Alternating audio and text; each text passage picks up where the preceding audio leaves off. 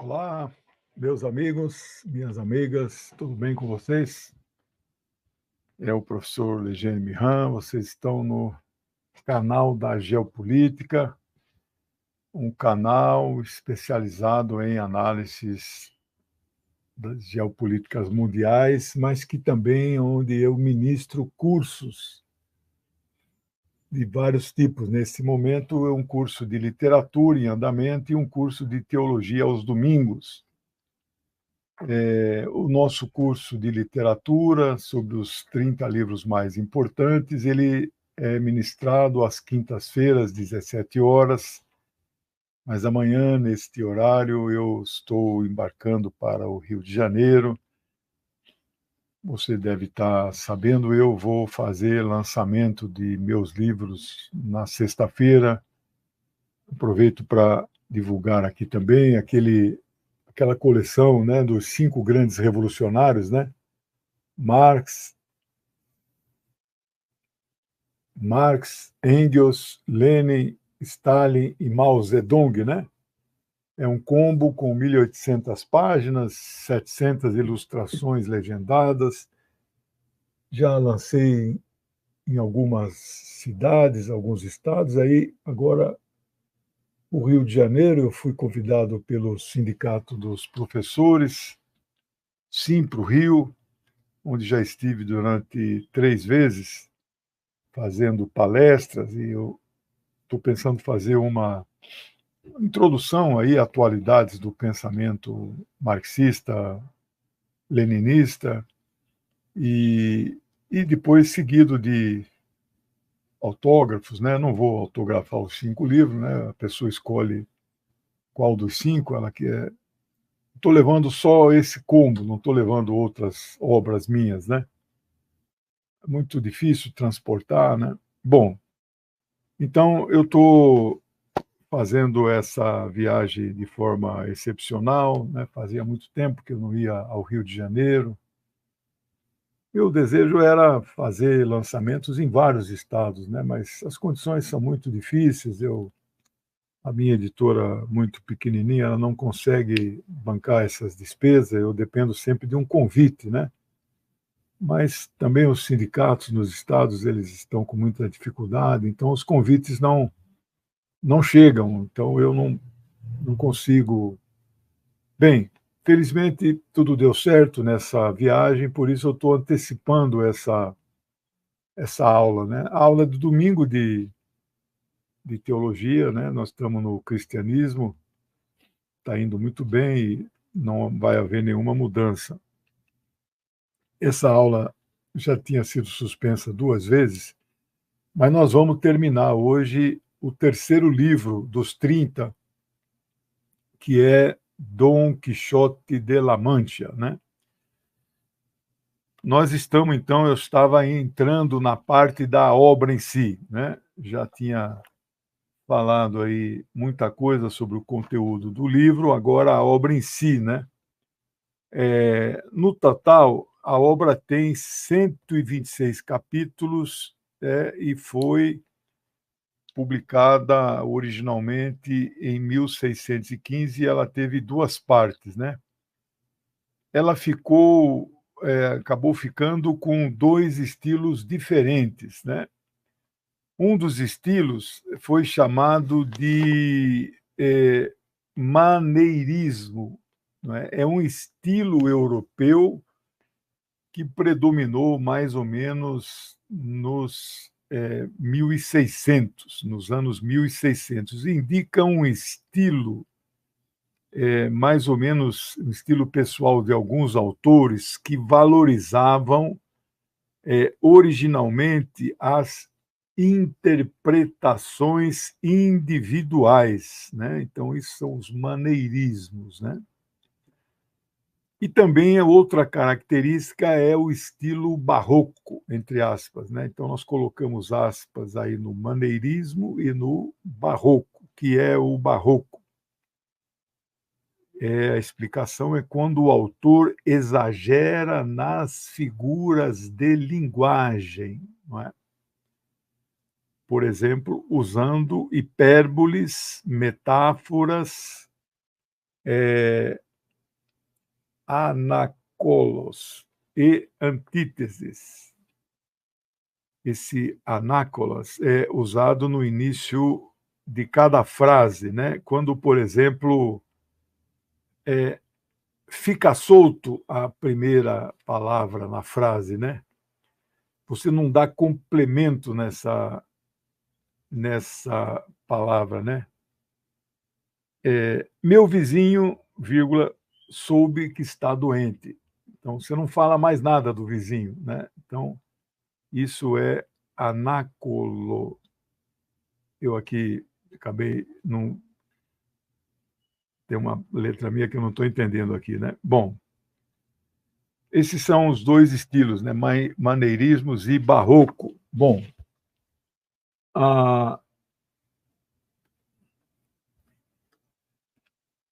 a obra mistura estilos tragédia e comédia, né? Então, tem partes, de fato, muito engraçadas, mas tem parte que você sofre, especialmente aquela que ele apanha de muitos soldados, de muitos. E mesmo que não são soldados são imaginários, né? Ele não luta com soldados.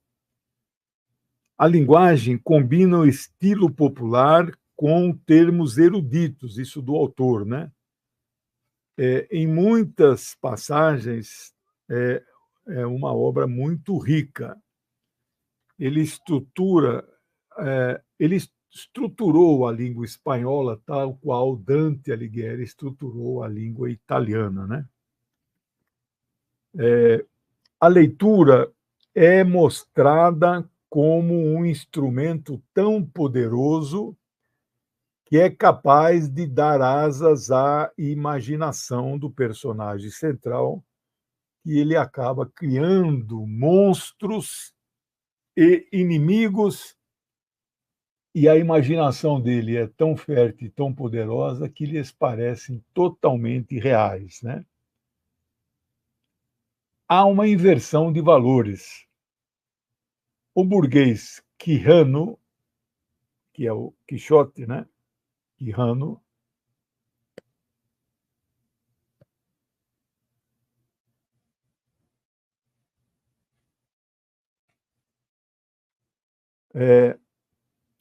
troca o tédio da sua vida burguesa para se aventurar pela cavalaria. A narrativa transmite glória, honra e coragem, né? Quixote expressa um amor chamado de petrarquista. Vamos colocar aspas no petrarquista. É uma alusão a quem?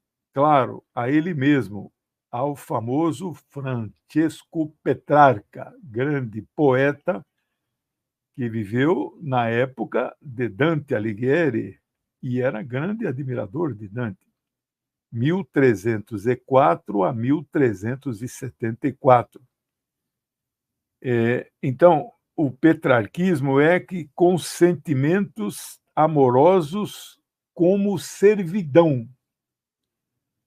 Por isso, ele explica a sua paixão com uma loucura permitida. Ele é muito apaixonado, né, pela Dulcinea, inventa essa paixão, ela até existiu na juventude, né? E ele sai para libertá-la, né? Então é uma paixão relacionada com servidão, um amor muito profundo. A relação entre Quixote e Sancho Panza, o seu fiel servidor, escudeiro, também é muito especial. A voz da razão é sempre a do seu escudeiro. Eles, por certo, têm visões opostas do mundo. Pode-se dividir, digamos, grosso modo, em espiritualista e materialista, a visão dos dois, né?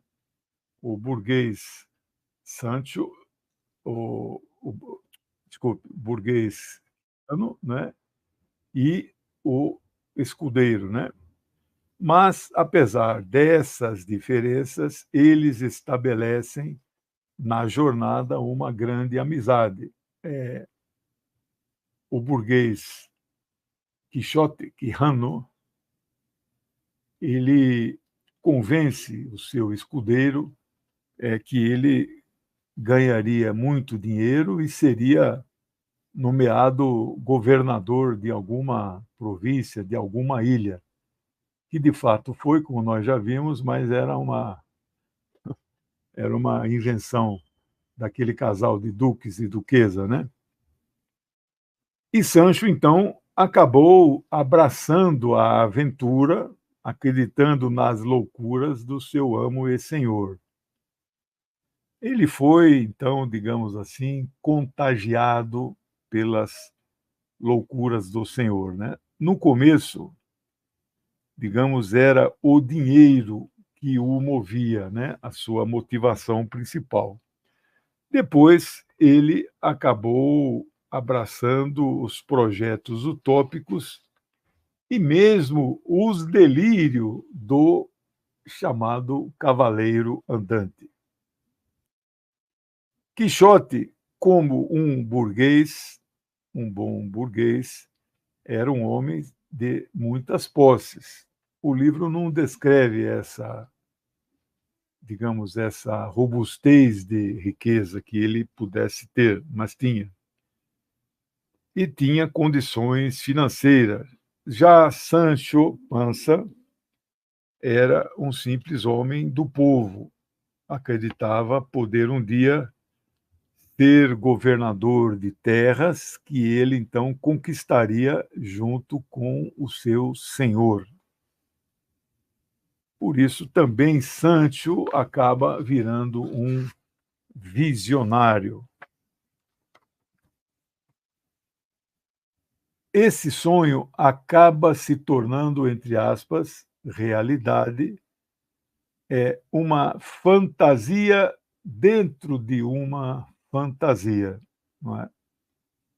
Quando ele é nomeado governador da ilha da Barataria, por aquele duque, que não aparece o nome, né?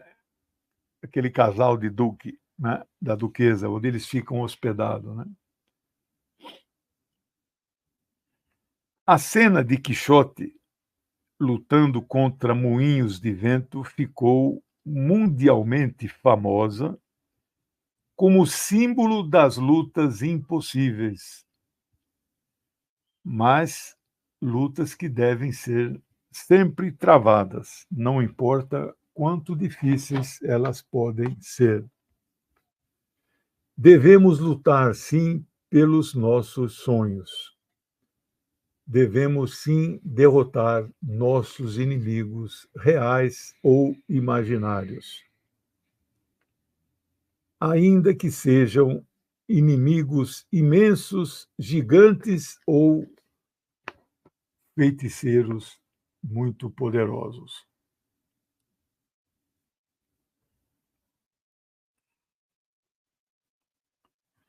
Se de nunca foi, na vida real, um verdadeiro cavaleiro,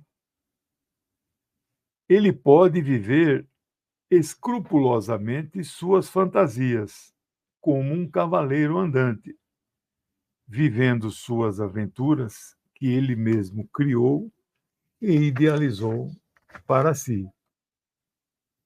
Não há dúvida que há uma crítica socialmente profunda no texto de Miguel de Cervantes. Se para a época atual já é um texto avançado, que dirá para o século XVII, lembrando que ele foi publicado em 1615, há 400 anos. Há uma crítica clara à realidade política e social da Espanha na época. Era o período do chamado absolutismo monárquico. 3 anos depois, a Europa entra na chamada Guerra dos 30 Anos, que vai durar de 1618 a 1648. Em janeiro de 48, eles fazem a reunião famosa na cidade de Osnabrück, que hoje fica nos Países Baixos, chamado Holanda. Fazem o pacto que entrou para a história como Paz de Westfália. Os monarcas absolutos assinam esse tratado, cansados de guerra, e ali estabelecem uma certa paz, como se eles dissessem um para o outro: olha, eu respeito o seu território, você respeita o meu. Daí surge o conceito que hoje é profundamente desrespeitado, que é o conceito de soberania nacional. A Espanha era um destes países onde vigia o absolutismo monárquico. Quem vai varrer tudo isso entre 1800 até 1812, que quando começa a decadência, é Napoleão Bonaparte, né, com o seu império napoleônico, né? Ele vai se aventurar em invadir a Rússia. Quem tenta invadir a Rússia vai quebrar a cara, né? Hitler vai tentar isso em 1941, também vai perder a guerra, né? Então a Espanha era um país absolutista e este romance de cavalaria é escrito neste contexto. Era o monarca francês, o rei Filipe II, claro que um rei absolutista.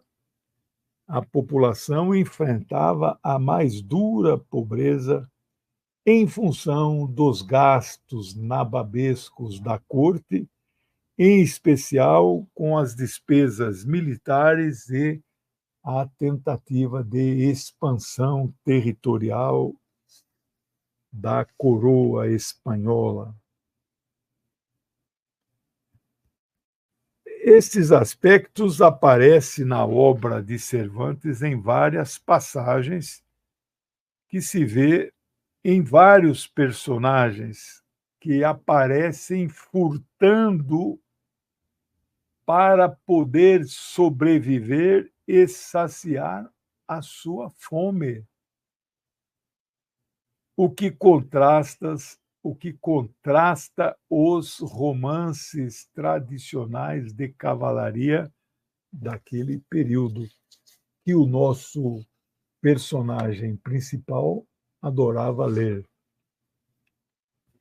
O autor, desta forma, acaba tendo uma narrativa de protesto com o seu texto, usando o seu romance como uma crítica social. Qual mensagem tresloucada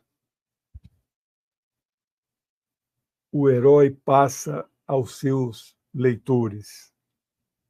Que por mais difícil que uma situação possa parecer, por mais adversa que ela seja, nós não devemos nos acomodar jamais. Devemos lutar sempre.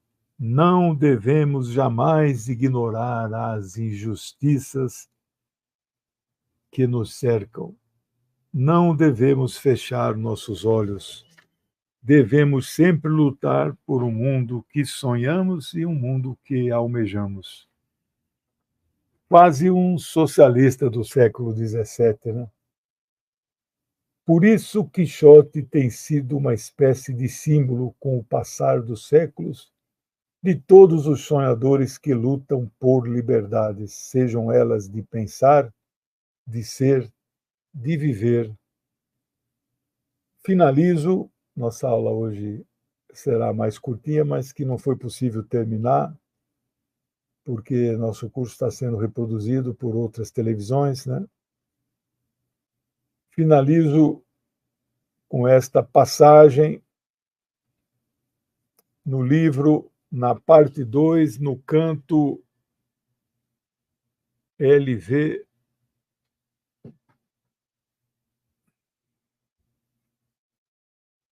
58.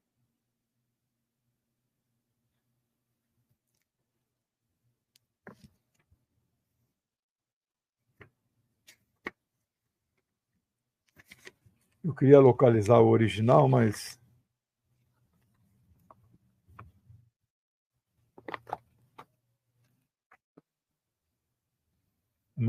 devia ter separado antes. Agora vai ser difícil achar, viu?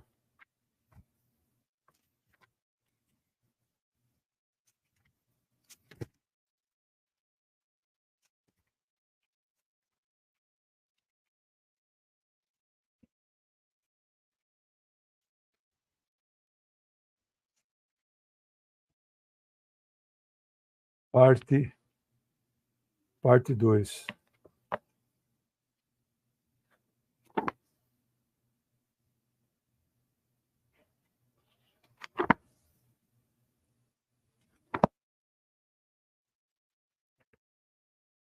É o L.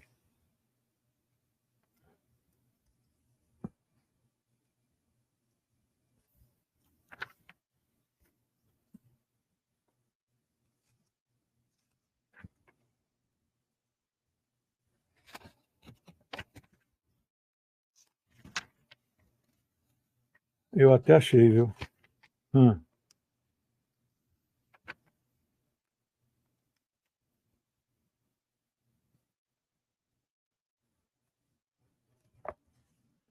Aqui, ó. La libertad, Sancho, es uno de los más preciosos dones que a los hombres dieron los cielos.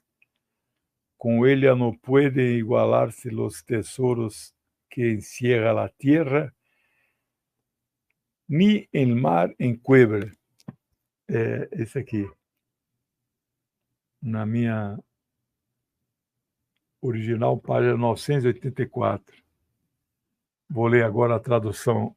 A liberdade, Sancho, é um dos dons mais preciosos que aos homens deram os céus.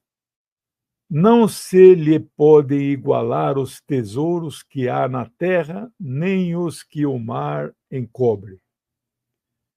Pela liberdade, da mesma forma que pela honra, se deve arriscar a vida e, pelo contrário, o cativeiro é o maior mal que pode acudir aos homens. Digo isto, Sancho, porque bem viste os regalos e as abundâncias que tivemos neste castelo. Que deixamos? Na mente dele não tinha castelo nenhum, pois no meio daqueles banquetes saborosos e daquelas bebidas nevadas, parecia-me que estava metido entre as estreitezas da fome, porque os não gozava com a liberdade com que os gozaria. Se fossem meus, que as obrigações das recompensas, dos benefícios e mercês recebidas são ligaduras que não deixam campear o ânimo livre. Venturoso aquele a quem o céu deu um pedaço de pão, sem o obrigar a agradecê-lo a outrem que não seja o mesmo céu. Então, viva Miguel de Cervantes, viva Dom Quixote de La Mancha e seu fiel escudeiro Sancho Panza. Pessoal, semana que vem começamos Wolfgang Goethe com o seu belíssimo Fausto. Tá bom? Hoje, então, fica essa aulinha mais curta, mas, felizmente, terminamos esta magistral obra Dom Quixote de La Mancha. Pediria para vocês, quem mora no Rio de Janeiro, Eu estarei sexta-feira, agora, dia 9, 17 horas, no Sindicato dos Professores, Rua Pedro Lessa, número 35, no auditório, fazendo uma palestra sobre atualidades do pensamento marxista-leninista, ao mesmo tempo que vou fazer aí o lançamento desta minha coleção dos 5 grandes revolucionários. Aliás, está quase pronto a obra única. Vou reunir esta obra única, o conteúdo sem os anexos, em um formato diferente, que é esse formato fora do padrão. Vai dar 700 páginas, capa dura igual esse aqui, ó. Já está quase pronto. E a capa vai ser essa aqui, ó. Também já está pronta. Que é, então, só a parte minha, né? Sem os anexos. Vamos ver se vou lançar isso até o final do ano, né? Beleza, pessoal? Então, amanhã temos Geopolítica em Foco às 10h30. E aí não temos mais nenhuma programação. Estarei em viagem. Sexta-feira, 10h30 ao vivo. Vou fazer ao vivo, mas do hotel, né? E aí, sexta-feira à tarde, nós vamos transmitir ao vivo essa palestra lá no Sindicato dos Professores, tá bom? E então é isso. Bom final de semana para vocês. Quem mora no Rio, nos veremos lá. Beijo. Tchau, pessoal.